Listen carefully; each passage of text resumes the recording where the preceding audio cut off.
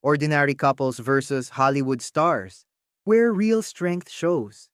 Sa Hollywood, bossing, love is lights, red carpet, and applause. Pero sa ordinaryong couples, love is in the kitchen, sa paghuhugas ng plato, at sa paghahati ng bills. Kaya nga ironic, yung mga may pera at fame madalas hiwalay. Pero yung mga simpleng pamilya, kahit hirap, mas nagtatagal. Bakit? Kasi love grows sa shared struggles. Ang lesson, hindi glamour ang nagpapatibay ng relasyon. It's the daily grind, patience, teamwork, faith.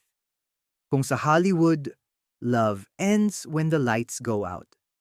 Sa tunay na buhay, love lasts even in the dark.